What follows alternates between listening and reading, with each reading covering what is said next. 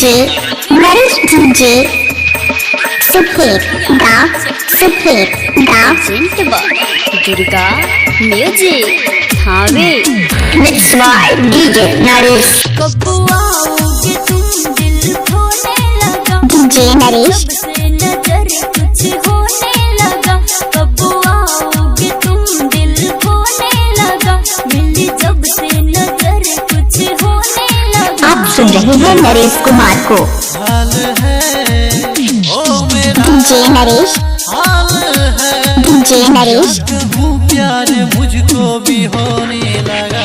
Naresh DJ तुम दिल खोने लगा नरेश डीजे से नजर कुछ होने लगा। डीजे नरेश डीजे नरेश क्या कहूँ डीजे नरेश मुझको भी होने लगा डीजे नरेश आओगे तुम दिल खोने लगा मिली जब से नजर कुछ होने लगा। मिक्स बाय झंझारपुर सफेद गाँव नरेश डीजे डीजे नरेश जब से तुमको चाहा सनम हुई मैं तेरी दीवानी नरेश डीजे रही है जवानी नरेश डीजे नरेश चाहा सनम हुई मैं तेरी दीवानी डीजे नरेश रही है जवानी। सफेद गाँव आप सुन रहे हैं नरेश कुमार को तेरा नाम से ही अब मैं सोने लगा डीजे नरेश आओगे होने लगा मिली जब से नजर कुछ होने लगा।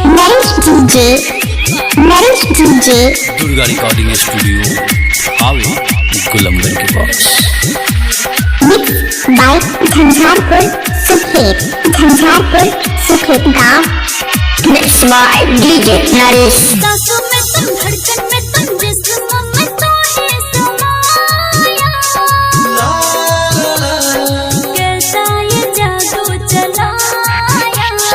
डीजे नरेश सफेद गाँव डीजे नरेश धड़कन में तुम जिस्म में तो ही समाया नरेश डीजे कैसा ये जादू चलाया डीजे नरेश मैं आती हो आके चली जाती हो तेरे बिन जीना मुश्किल होने लगा DJ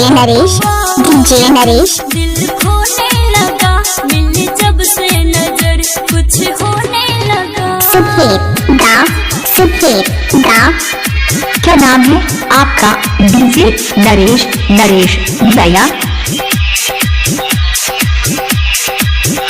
mix by DJ Naresh पिया पिया चूड़ी बोले साजन मैं तुमको बना